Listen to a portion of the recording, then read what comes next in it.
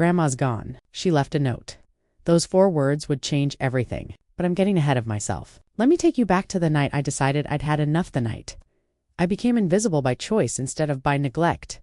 You know that feeling when you're so bone-tired that even breathing feels like a marathon? When your body aches in places you forgot existed, and the simple act of opening your eyes requires more energy than you can muster. That's where I found myself 3 weeks ago. Lying in the cramped guest room of my son Thomas's house, my 74-year-old body racked with what the doctor had cheerfully called a nasty case of bronchitis. Cheerful. As if there was anything cheerful about feeling like someone had stuffed sandpaper down my throat and replaced my lungs with cement blocks. I was huddled under 2 blankets, shivering despite the warmth of the late September afternoon when I heard the footsteps. Not the gentle, concerned footsteps of someone checking on an invalid. No, these were brisk, purposeful steps that spelled trouble before the door even swung open. My daughter-in-law Jennifer appeared in the doorway, her perfectly manicured hand gripping a vacuum cleaner like it was a weapon of war. She didn't ask how I was feeling, didn't offer me water or another pillow. Instead, she planted herself at the foot of my bed, lips pressed into a thin line of disapproval. "Margaret," she said, my name sounding like an accusation, "the carpets are filthy. I need you to move to the living room so I can clean in here." I stared at her through fever-glazed eyes, certain I must be hallucinating.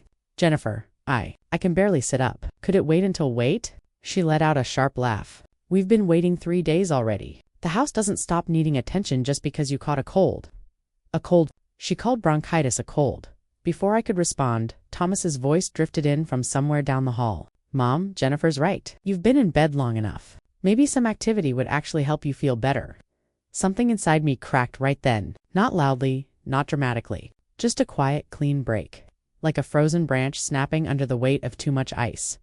This was the same boy I'd rocked through countless childhood illnesses. The same child I'd stayed up with all night when he had pneumonia at age 7, sponging his burning forehead and singing him lullabies until the fever broke. The same son I'd worked double shifts to support after his father died, making sure he never went without, even when it meant I went to bed hungry. And now I was being asked to vacuum while I could barely breathe. Before I tell you what happened next, I want you to stay with me. Subscribe if you haven't already, and let me know in the comments where you're watching from. It warms this old heart to know where my words travel. I hauled myself out of that bed, every joint screaming in protest. My chest felt like someone had parked a car on it, and each breath rattled in my lungs like loose change in a tin can. But I stood up because that's what I'd always done. That's what good mothers do, right? We push through. We ignore our own pain. We make ourselves small and convenient.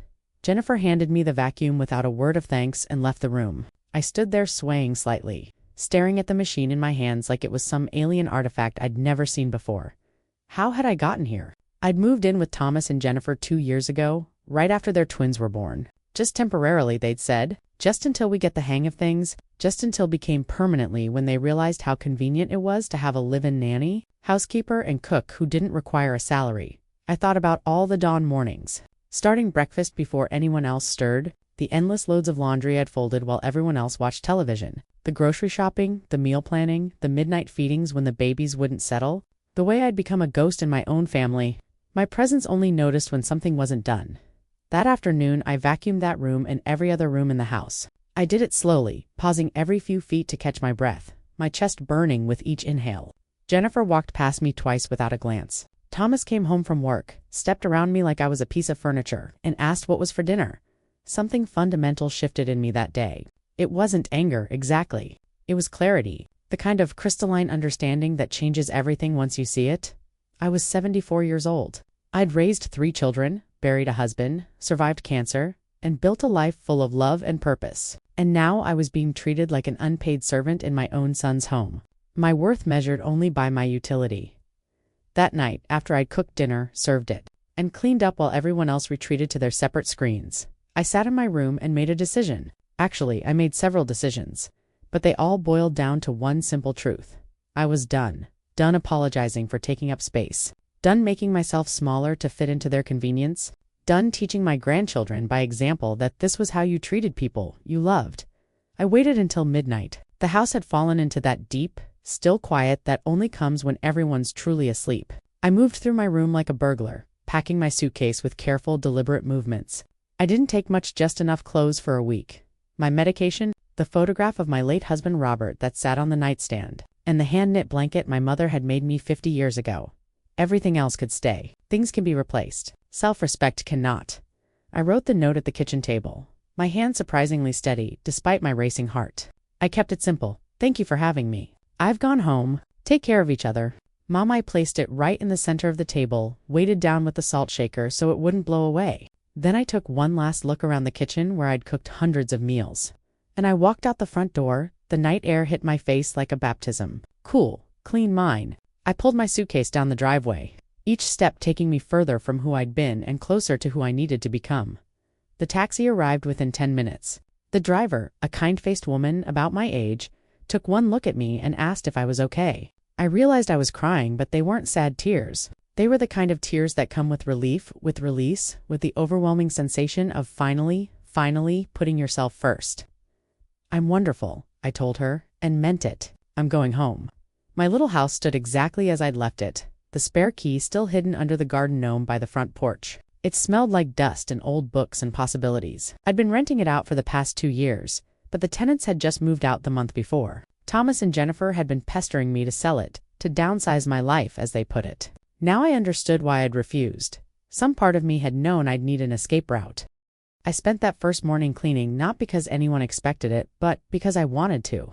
I opened every window and let the September sunshine pour in. I made myself a proper cup of tea Earl Grey with honey, steeped exactly 4 minutes, just how I liked it. I sat in my favorite armchair, the one Robert had given me for our 20th anniversary, and I breathed for the first time in 2 years. I breathed without someone needing something from me.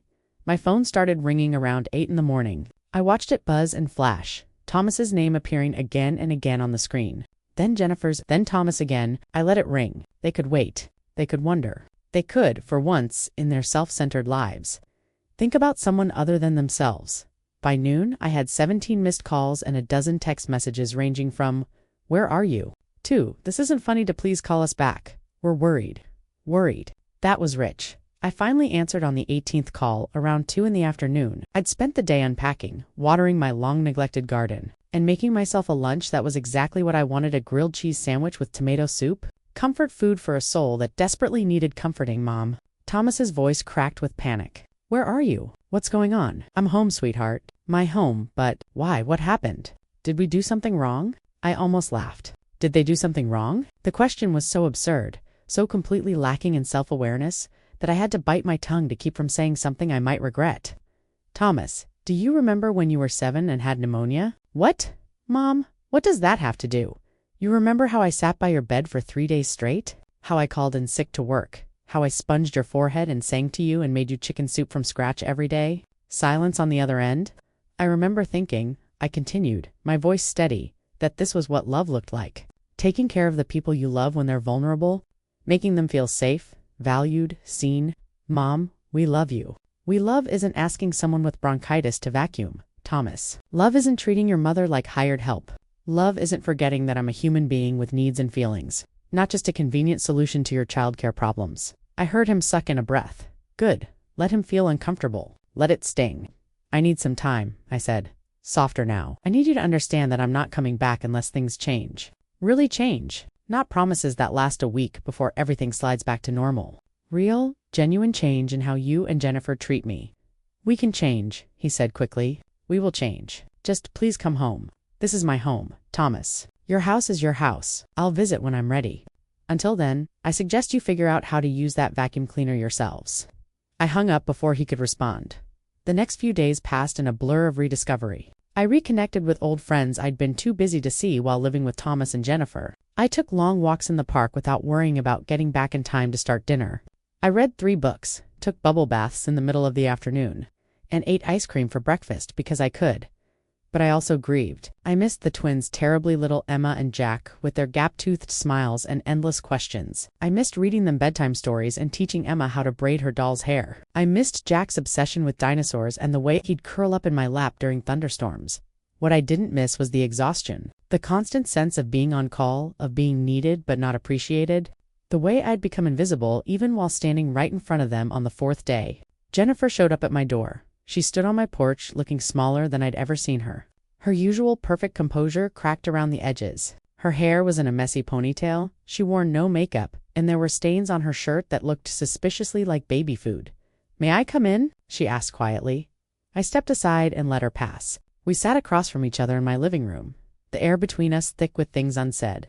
"The house is a disaster," she began, not quite meeting my eyes. "The twins won't stop crying. Thomas and I have been fighting constantly. Nothing works without you there." Part of me wanted to feel vindicated. Part of me wanted to say I told you so in the most satisfying way possible. But when I looked at Jennifer, Ely looked at her eye, saw something I hadn't noticed before. Exhaustion, fear, the desperate vulnerability of someone in over their head. "Jennifer," I said gently, "I'm not coming back to fix your life.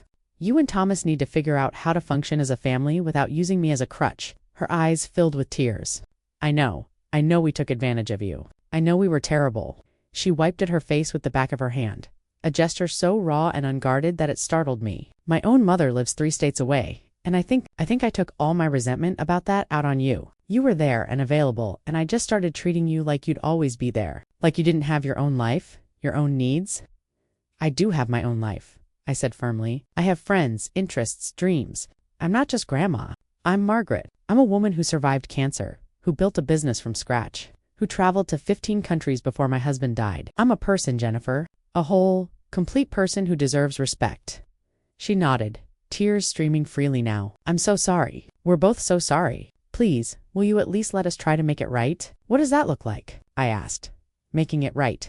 She pulled out her phone and showed me a shared calendar. "Thomas and I made this. We divided up all the household chores, the child care, everything. We hired a cleaning service to come twice a week. We enrolled the twins in a part-time preschool program."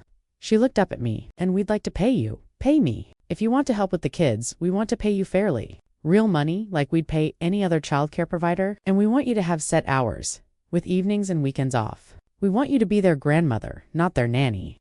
I sat back, stunned. This was more than I'd expected, more than I'd dared hope for. "And," Jennifer continued, her voice shaking slightly, "I want to apologize. Really apologize. Not just for the vacuum thing, but for all of it. For making you feel invisible, for taking you for granted, for forgetting that you're the reason Thomas knows how to love, how to parent, how to be a good person. You deserve so much better than how we treated you." We sat in silence for a long moment. I thought about forgiveness, about second chances, about the complicated mess of family relationships. I thought about those 2 little faces I'd been missing, about the way Emma said gamma instead of grandma, about Jack's sticky-fingered hugs. "I'll visit," I said finally. "I'll come for dinner twice a week, and maybe I'll watch the twins one afternoon if you need me. But I'm not moving back in. This is my home now. I need my own space, my own life." Jennifer nodded, relief flooding her face. "That's perfect. That's more than we deserve." "And Jennifer," I caught her eyes, held them. "If things slip back to the way they were, I'm gone. No second chances. No guilt trips. I'm too old to waste time on relationships that don't nourish me." "I understand," she said. "I promise. We'll do better." That was 3 weeks ago. I won't lie and say everything's been perfect since then. Thomas and Jennifer still have their moments of forgetfulness, still occasionally expect me to solve problems that aren't mine to solve. But when I point it out, they listen. They apologize. They correct course. Last Tuesday, I arrived for dinner to find the table already set, the meal already cooked, and Emma proudly showing me the drawing she'd made at preschool. "I made it for you, Gamma," she announced, pressing it into my hands, "because Daddy said you have your own house now and might want decorations." Jack climbed into my lap and asked me to tell him about the time I saw real dinosaur bones at the museum. I told him the story while Thomas and Jennifer cleaned up the kitchen together, working in tandem like a real partnership. As I was leaving, Thomas walked me to my car. "Mom," he said, "thank you for what? For teaching me the hardest lesson I've ever learned? That loving someone means respecting them, seeing them, not just using them." He hugged me tight. "I'm sorry it took you leaving for me to understand that." I patted his back. Breathing in the familiar scent of my boy now, a man, now a father, now, finally, hopefully, understanding what it means to honor the people who love you. "Sometimes," I told him, "we have to lose something to understand its value. I just hope you never take Jennifer for granted the way you took me for granted. She's human too, you know. She needs support, appreciation, rest." He nodded against my shoulder. "We're going to couples counseling, and we joined a parent support group. We're trying, Mom. We're really trying." Now, 3 weeks into my new life, I'm sitting in my favorite chair with a cup of tea, watching the autumn leaves drift past my window. My chest has finally cleared up. Turns out rest and peace do wonders for healing.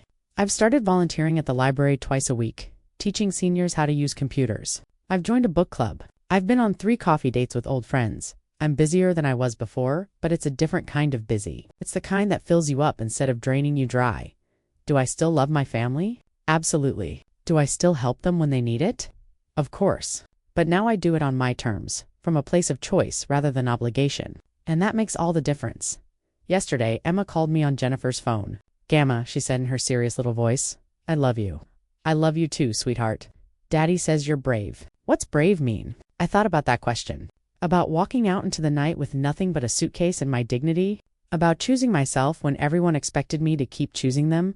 About teaching my grandchildren, especially little Emma, that women don't have to shrink themselves to fit into other people's comfort zones. Brave means knowing your worth, I told her, and not being afraid to walk away from situations that make you feel small. Like when kids are mean at school? Exactly like that. "Okay," she said cheerfully, "I'm gonna be brave like you, Gamma."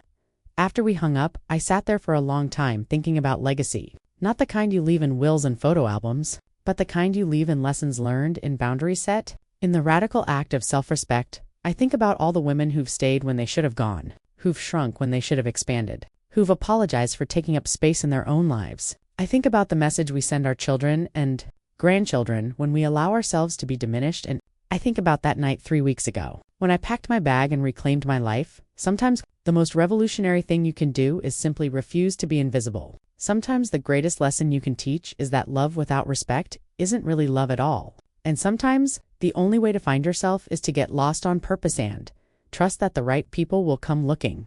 They did come looking. And when they found me, I wasn't the same woman who'd left. I was stronger, clearer, more certain of my worth. I'm 74 years old. I've got good years ahead of me still, and I'll be damned if I spend them being anyone's martyr. I've earned the right to take up space, to have boundaries, to choose joy over obligation.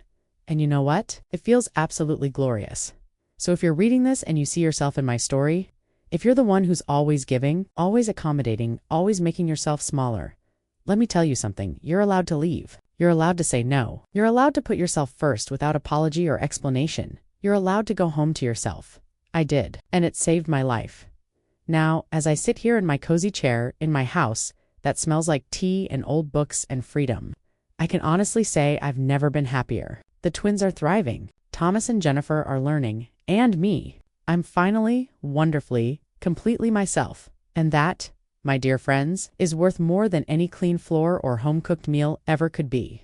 So here's to going home. Here's to brave grandmothers and second chances and the revolutionary act of self. Here's to knowing when to stay and when to go, and having the courage to do both. Here's to being seen. The end.